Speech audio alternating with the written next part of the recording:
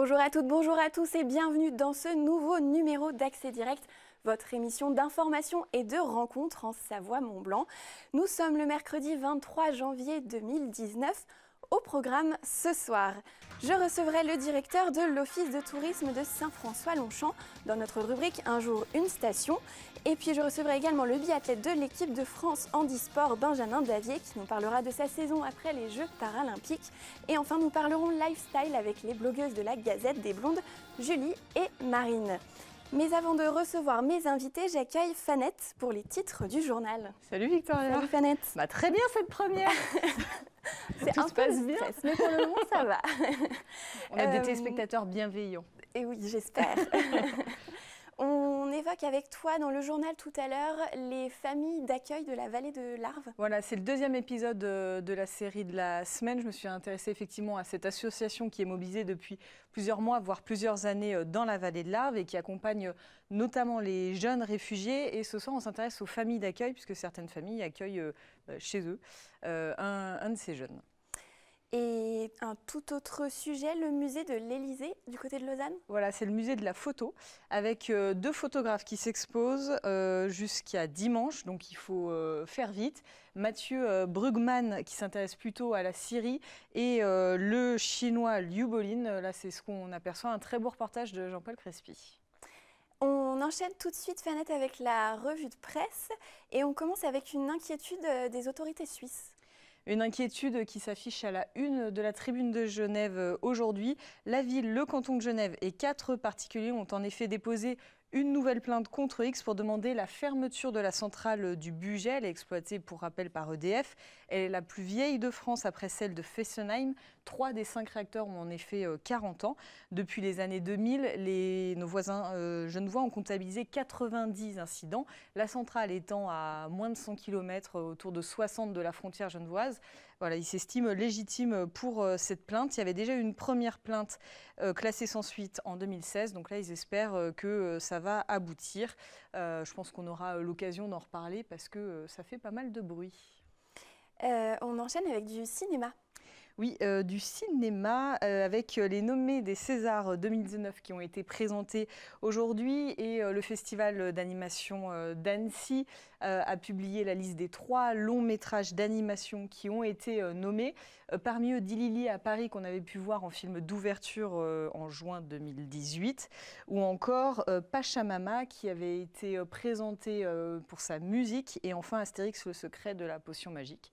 Donc peut-être que c'est des films qu'on pourra voir aussi à Annecy pour la prochaine édition. On espère qu'ils seront primés en tout cas. Bah oui, on va surveiller ça de près. J'ai même pas regardé quand avaient lieu les Césars. Je crois que c'est février ou mars. Voilà. Et puis une histoire d'étoiles pour finir. Oui, une histoire d'étoiles. On en a pas mal parlé cette semaine. On le sait, Marc Veyrat a perdu sa 3e étoile ce lundi au guide Michelin. Il avait exprimé son incompréhension et son sentiment d'injustice. Et là, il s'est exprimé sur Twitter de manière peut-être un petit peu plus positive. Je le cite, « Les plus belles étoiles sont celles qui brillent dans les yeux de nos convives, de mon équipe. J'étais cuisinier, je suis cuisinier, paysan, je resterai. » Donc tout va bien, on va dire. Et moi, pour ta première, j'ai oublié de marquer ta revue de presse, donc je vais essayer de faire ça de tête. Il y avait le SDIS, mais je pense que alors, petit indice, rigolo. On va parler pâtisserie. Dans la gastronomie, effectivement, on a beaucoup parlé donc ces derniers jours des nouveaux chefs étoilés. Pour le bassin anacien, on a parlé de Laurent Petit qui a décroché sa 3e étoile. Tu nous parlais à l'instant de Marc Veyrat qui lui a perdu donc sa 3e étoile. Et moi, je voulais te parler de Philippe Rigolo. Donc lui, il n'est pas étoilé, mais c'est un MOF, un meilleur ouvrier de France, installé donc à Annecy. Il a décroché ce titre en 2007 et il a été classé parmi les 10 meilleures pâtisseries de France par le Goemio en 2013. Il a aussi été champion du monde de pâtisserie en 2005. Et aujourd'hui, il prend la présidence de ce prestigieux concours. C'est la radio H2O qui en a fait un article en nous expliquant que la finale de cette compétition annuelle aura lieu les 27 et 28 janvier prochains.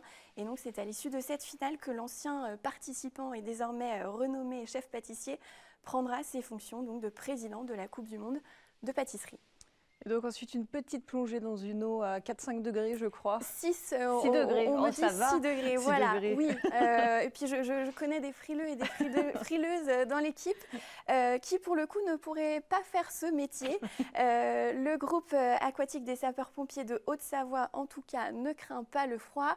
On le voit sur ces images donc, postées par le SDIS 74 ce matin. C'était l'entraînement des plongeurs et nageurs du groupe aquatique des sapeurs-pompiers de Haute-Savoie. Pour rappel, ils effectuent les recherches, les sauvetages en lac, en rivière, en eau vive, mais aussi dans des lacs gelés, donc encore plus froid que le lac d'Annecy. On leur envoie en tout cas du courage pour poursuivre cet entraînement. Merci Fanette, on se retrouve tout à l'heure pour le rappel des titres. Le temps pour moi de passer à notre première rubrique. On passe donc tout de suite à la rubrique Un jour, une station et j'accueille mes premiers invités, les représentants de l'Office de tourisme de Saint-François-Longchamp, Sylvain Girard et Virginie Lecossec. Bonsoir, bienvenue sur le plateau de 8 Mont-Blanc. Merci d'avoir accepté notre invitation. Alors d'abord, pour situer un petit peu, Saint-François-Longchamp, c'est une station de Maurienne. En quelques mots, comment vous présenteriez votre station ? Alors Saint-François-Longchamp, c'est une station dite moyenne, donc ce n'est pas une des grandes stations de Tarentaise. Par contre, ce n'est pas une petite station, puisqu'en termes d'accueil, on est sur une capacité d'environ 11 000 lits. Donc ce qui nous classe dans la moyenne des stations de ski françaises. Donc située, comme vous l'avez dit, à l'entrée de la vallée de la Maurienne, vraiment la première station de la Maurienne, est reliée surtout, le domaine skiable qui est relié avec Valmorel, qui est une station de la Tarentaise, à l'entrée de la Tarentaise. Donc ce qui nous permet d'avoir un domaine skiable de 165 km de piste, donc ce qui en fait le 5e domaine relié de Savoie. Justement, voilà, vous le dites, cet ensemble forme le grand domaine. C'est un atout, j'imagine, d'être relié à une station donc de renommée Valmorel et puis de faire partie d'un grand domaine skiable.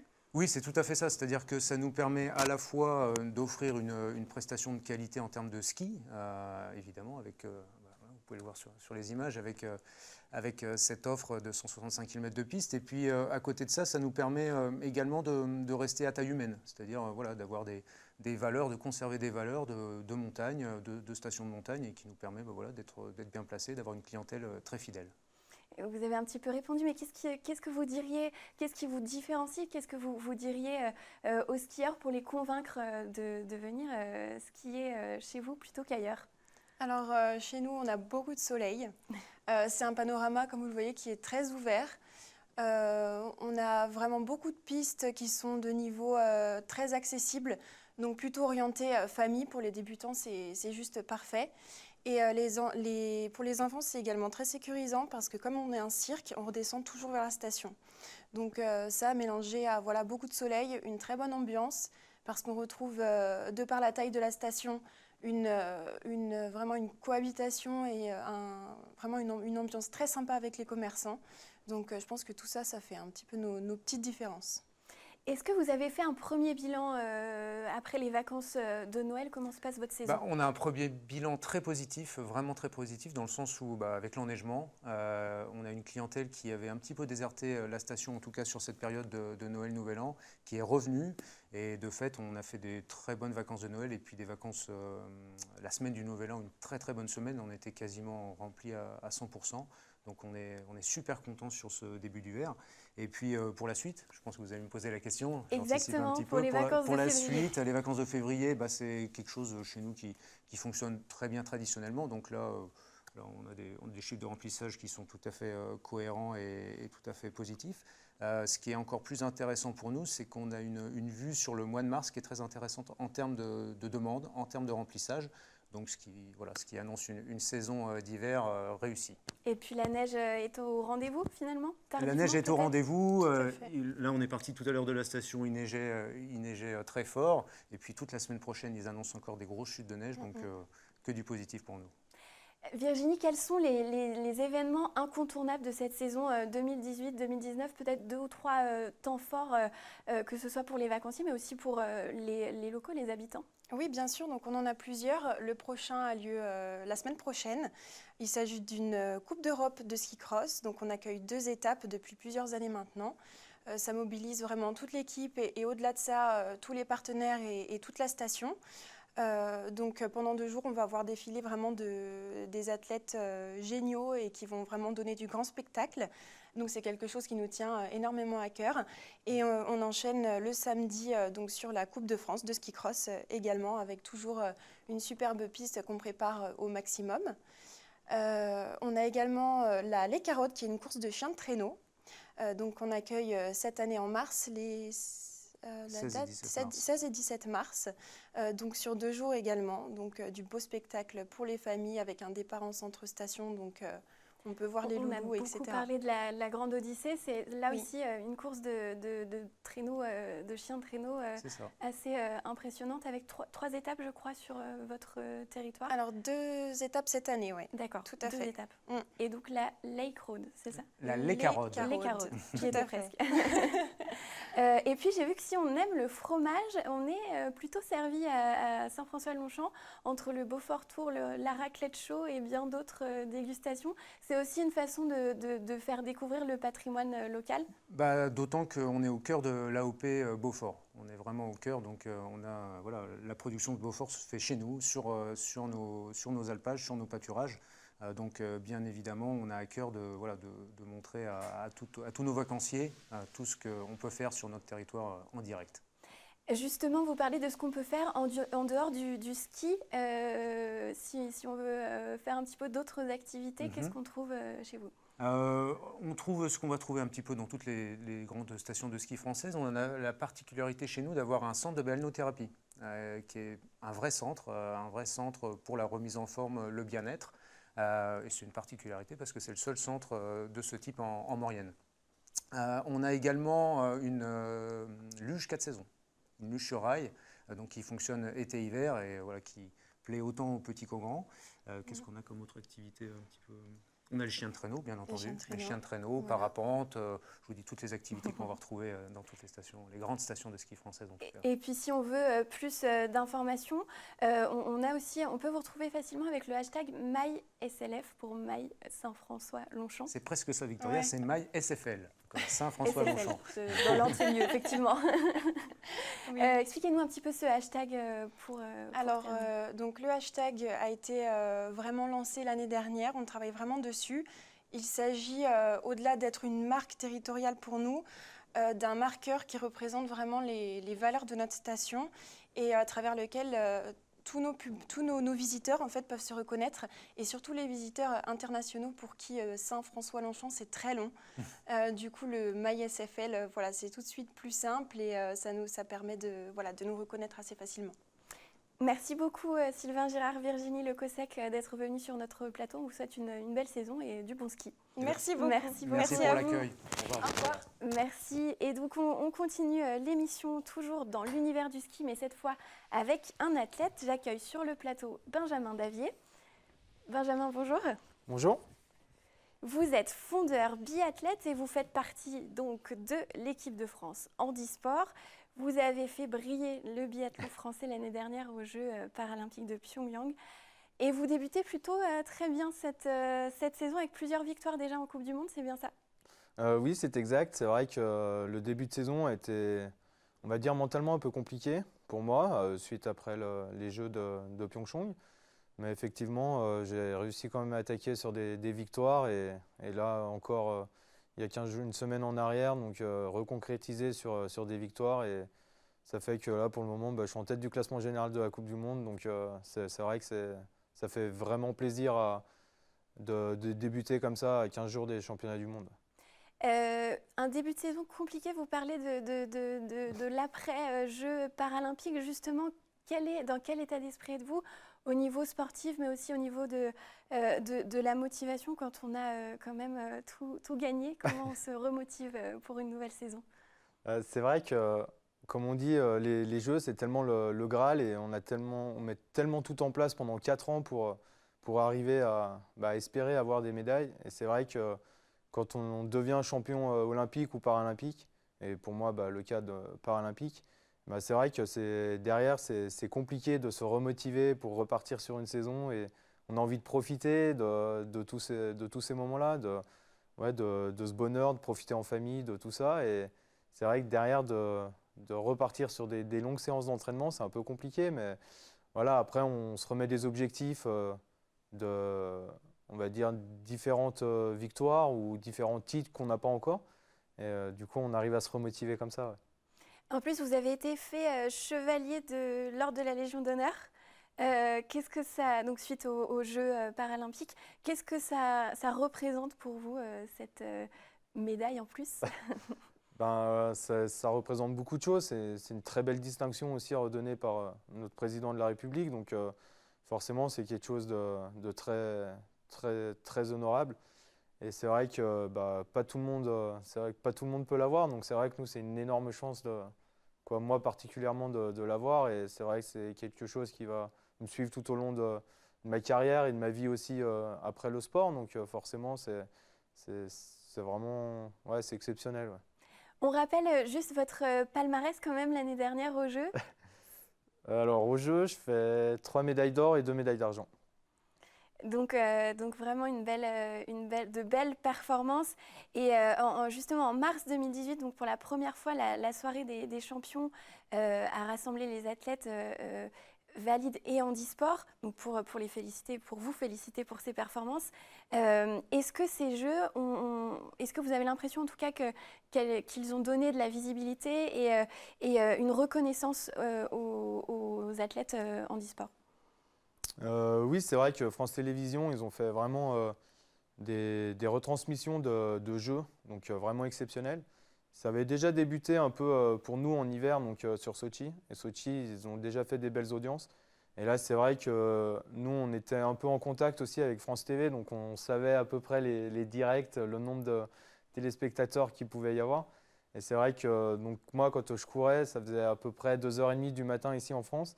Et c'est vrai qu'ils ont réussi à faire des pointes à 600 000, donc c'est quelque chose d'exceptionnel. Et nous, on ne s'attendait pas du tout à un résultat pareil. Et eux, du coup, ils sont très contents et ils sont prêts aussi à repartir sur les jeux, sur les prochains jeux. Et c'est vrai que pour nous aussi, c'est un pas en avant. Et maintenant, on aimerait aussi développer un peu plus sur des championnats du monde ou voilà, des grands événements comme ça. Alors justement, les prochains championnats du monde, c'est du 16 au 24 février. Vous êtes en pleine préparation, j'imagine. Quels sont vos objectifs? Donc oui, les championnats du monde sont bien du 16 au 24 février, donc au Canada, à Prince-George, en Colombie-Britannique. Et l'objectif, je vise 3 médailles d'or, 3 titres. Voilà, je remets un peu, je remets des titres en jeu et je vise aussi voilà, des médailles, quoi. Disons que des titres là où je peux vraiment aller les chercher et espérer aussi conserver certains titres que j'ai déjà. Est-ce qu'on peut revenir un petit peu sur votre parcours pour terminer, pour les téléspectateurs qui ne vous connaîtraient pas encore? Pourquoi vous avez choisi le ski de fond, par exemple, plutôt que le ski alpin? Ça, c'est une très bonne question. Non, c'est que j'ai fait beaucoup de ski alpin quand j'étais petit, donc de 5 ans à 10 ans environ. Et après, j'ai fait du ski de fond donc, de 11 à 14 ans. Et après, j'ai eu mon accident à 17 ans, voilà, etc. Et c'est vrai que de me relancer dans le sport, j'avais envie de quelque chose de physique où on retrouve vraiment le dépassement de soi-même. Et ce que j'avais en fait à l'époque quand j'en faisais en tant que valide. Et du coup, c'était vraiment l'effort physique en lui-même et le sport nature qu'on va chercher voilà, on se déplace, on est dans la forêt, il y a les bruits d'oiseaux, vraiment la nature. Et c'est vrai que c'est vraiment ça qui m'a plu en fait au début. Pour terminer, juste votre devise, j'ai vu ça dans Ski Chrono, dans un portrait, c'est marche ou crève la gueule ouverte. C'est assez fort? Oui, c'est vrai que c'est assez fort, mais c'est un tempérament en fait que j'ai. Et comme on dit, en fait, c'est un sport où malgré, on est une équipe, mais on est quand même seul dans nos courses. On a très peu de courses par équipe. C'est vraiment un sport individuel. Et c'est vrai que pour arriver à un statut, on va dire, de leader, faut rien laisser passer. Et comme on dit, il ne faut pas avoir de pitié en fait, pour les autres ou quoi que ce soit. Même si on en a, il ne faut pas le montrer. Et c'est pour ça qu'en fait, le marche ou crève, la gueule ouverte, ça correspond vraiment à un type de personnage que je me mets dans le ski en fait. Eh ben, vous souhaite bonne chance en tout cas pour les championnats du monde et pour la suite. Merci beaucoup d'avoir été sur notre plateau et bon entraînement. Merci. À bientôt. Au revoir. Je vous laisse rejoindre les coulisses. Merci. On continue notre tour de l'actualité avec une page lifestyle et avec 2 blogueuses incontournables pour la blogosphère annécienne et savoyarde. J'ai le plaisir d'accueillir Marine et Julie de la Gazette des Blondes. Bonjour Marine, bonjour Julie. Bonjour. Bonsoir. Bonsoir. Alors Marine, vous êtes une des mamans du blog et puis Julie, vous avez rejoint l'aventure en septembre dernier. Alors avant tout, est-ce que vous pouvez nous expliquer un peu ce que vous partagez sur ce blog? Alors sur ce blog, on partage nos coups de cœur, nos bons plans. On n'est pas originaire d'Annecy et de la région. Et quand on est arrivé sur Annecy, au départ, l'idée c'était vraiment de se dire on n'a pas de blog, pas de site à regarder pour trouver le resto du moment à Annecy, le bar branché où sortir, la salle de concert. Voilà. Donc du coup, on s'est dit, il y a un truc à faire sur Annecy, donc on va partager nos coups de cœur, nos bons plans, faire du réseau, rencontrer des gens, des Annéciens ou pas, et se faire notre petit carnet de route à Annecy et notre petit carnet d'adresses, et du coup le faire partager aux Annéciens et aux non-Annéciens. C'est vrai que ça m'a étonnée en regardant votre parcours de voir que vous n'étiez pas d'ici à la base. Comment au départ, comment on s'intéresse autant à son nouveau chez soi, à sa région d'adoption? C'est assez simple, en fait, on est tombé tout simplement amoureuse d'Annecy, que ce soit Marine ou moi, et c'est vrai que là, actuellement, on y vit depuis pas mal d'années, mais on ne se voit pas habiter autre part. Donc on a vraiment envie de faire partager ça aux autres et de mettre en avant cette ville. Et vous partagez tous les bons plans à Annecy et plus loin ou uniquement Annecy? Oui, ça va un petit peu plus loin. C'est vraiment là où le vent nous porte, à quelques pas d'Annecy. C'est jamais très loin, mais on est forcément sur les stations l'hiver, dans les Aravis, mais pas que. On a fait un petit reportage sur Musilac à Chamonix, où on a eu la chance d'être invité. Pourquoi pas des bons plans aussi sur Chambéry, sur Aix-les-Bains. On voit passer des choses qui nous intéressent. Après, il y a déjà tellement à faire sur Annecy. Et puis c'est pas notre activité principale, donc voilà, on se concentre déjà sur ce qu'on trouve à côté de nous, mais effectivement ça peut aller un peu plus loin, Savoie, Haute-Savoie, pas de discrimination. Voilà, on essaye pour la Savoie. Alors vous l'avez dit, c'est pas votre activité principale, ça veut dire que vous avez un vrai job, si je peux le dire, à côté. Tout à fait. Oui, moi je suis dans le marketing et Marine est dans l'événementiel, donc c'est vrai que beaucoup de personnes pensent qu'on fait ça à plein temps, mais au final c'est vraiment une activité secondaire, on va dire, et qui nous prend beaucoup de temps. Mais en même temps, c'est vrai que c'est très intéressant parce qu'on découvre tout un petit peu ce monde derrière les backstage, comment on crée un blog, et puis aussi tout le réseau que ça comporte. Et c'est vrai que c'est très complémentaire de ce qu'on fait en fait. Vous avez une double vie, mais comment on trouve le temps? Parce que sur votre blog, on trouve il y a de la gastronomie, des sorties, il y a des rubriques mode, bien-être, déco, de l'événementiel, on a même du sport, des idées d'escapade. Vous êtes partout? Parce quand on aime quelque chose, on trouve toujours le temps en fait, de faire ce qu'on aime. Donc on est beaucoup investi. C'est vrai que ça nous prend beaucoup de temps, ça nous prend les week-ends, etc. Mais en même temps, ça nous donne accès à plein de choses auxquelles on n'aurait pas accès. Donc c'est donnant-donnant. Voilà. Et puis c'est des activités qui nous parlent et qui nous intéressent. C'est vrai que la Gazette des Blondes, au départ, c'est vraiment ça. C'est parler des bons plans annéciens, mais surtout parler de ce qu'on aime et de nos coups de cœur et faire partager notre vision d'Annecy et de la vie de l'Annecy. Donc forcément, on est sportif, il y a du sport et tout tourne autour un peu de nos activités perso à nous. Donc c'est que du plus parce qu'on accède effectivement à des événements.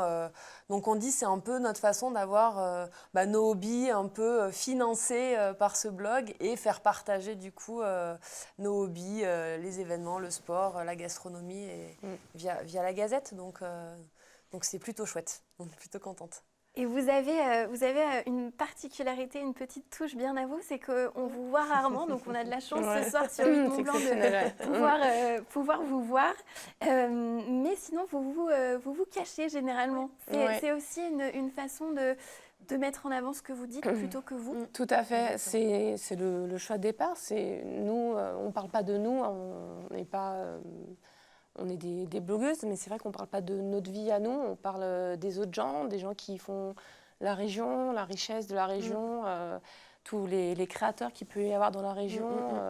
Et c'est vrai que du coup, ce n'est pas sur nous. Donc voilà, c'est pour ça qu'on se voit toujours de dos ou grisé avec quelques accessoires comme on est un peu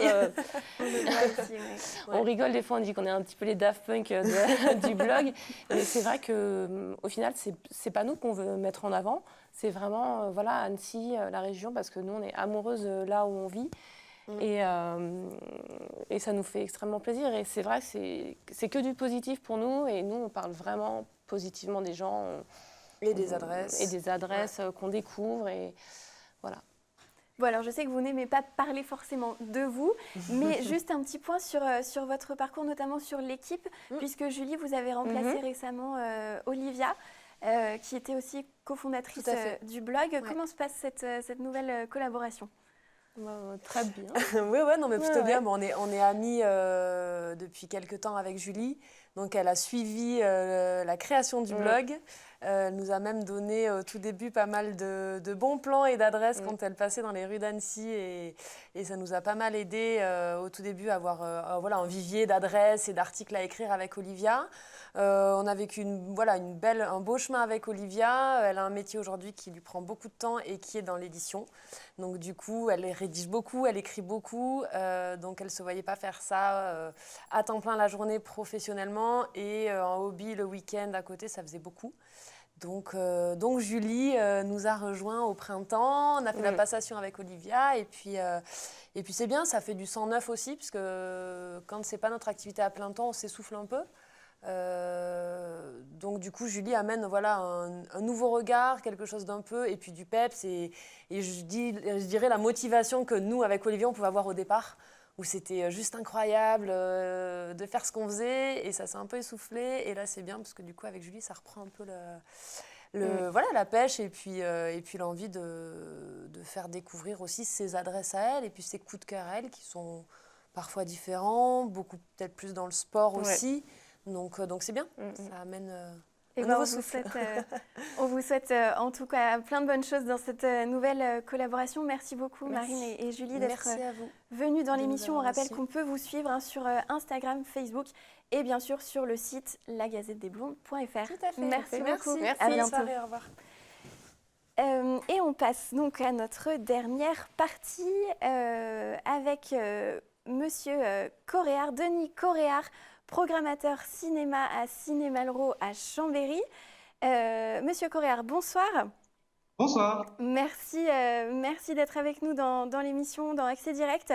Avec vous, on va parler du festival de cinéma Cinébala. Alors d'abord, en quelques mots, de quoi s'agit-il ? Le festival des Cinébala, c'est le festival des cinémas d'Afrique à Chambéry, et c'est la 4e édition. Donc cette année, effectivement, la quatrième édition, avec des temps forts, j'imagine des moments incontournables. Quels sont justement ces moments à ne pas louper ? Exactement, on a 7 films, on a 2 premières françaises, le film d'inauguration demain, Supamodo, avec le réalisateur kényan, et on aura également un film de clôture, Liana, qui est une exclusivité. On a 4 professionnels qui viennent du cinéma africain et panafricain. On a Claire Diao, distributrice du programme de court-métrage Quartier lointain. On a également Yarali, qui est cinéaste militant, qui viendra avec 2 documentaires exceptionnels sur le Burkina. Et on a également des jeunes publics, de la programmation jeune public, le samedi matin et le dimanche matin à la salle Jean Renoir, rue Nicolas Parent. On a également créé un petit QG qui s'appelle le Cinébala, qui est un bar-restaurant. On pourra accueillir toute personne avant et après les projections. On pourra boire un verre et on pourra après parler des projections. Et le samedi et le dimanche matin, on accueille les petits balas, les petits enfants dès 9h pour du coloriage, du goûter. Et entre-temps, on ira voir les films Bon Voyage Dimitri et Kirikou et la sorcière en version restaurée. Et oui, Kirikou, il a 20 ans. 20 ans déjà, plein de belles surprises en tout cas à découvrir avec vous. Merci beaucoup d'avoir été en ligne. On rappelle juste peut-être les dates. Exactement, donc ça commence aujourd'hui avec la neige aussi qui arrive à Chambéry. Donc le Festival Cinéval à la 4e édition, ça démarre aujourd'hui, mercredi, du 23 au 27 à la salle Jean Renoir. On aura également un concert à la Soute de Chambéry le vendredi soir. Les places sont en ligne sur le site internet de l'Espace Malraux. On peut les prendre également en billetterie au Théâtre Charles Lulin. Et voilà, on vous attend nombreux pour cette 4e édition. Merci beaucoup, merci Denis Coréard et bon festival à vous. Je me lève pour le rappel des titres, c'est déjà bientôt l'heure du JT. Avec toi, Fanette, donc, on parlera notamment des familles d'accueil de la vallée de l'Arve. Voilà, avec le 2e épisode de la série de la semaine qui est consacré à l'association Arve Réfugiés, qui accompagne, comme son nom l'indique, dans la vallée de l'Arve des réfugiés et notamment des jeunes majeurs. Et donc, on va s'intéresser ce soir aux familles d'accueil qui ont décidé d'ouvrir leur foyer. Et puis, on verra un reportage sur le musée de l'Élysée à Lausanne. Musée de l'Élysée à Lausanne, avec l'exposition de 2 photographes, Mathieu Brugman et Liu Bolin, 2 regards sur le monde, un plutôt en Syrie, l'autre sur la société de surconsommation. Un très beau reportage signé Jean-Paul Crespi.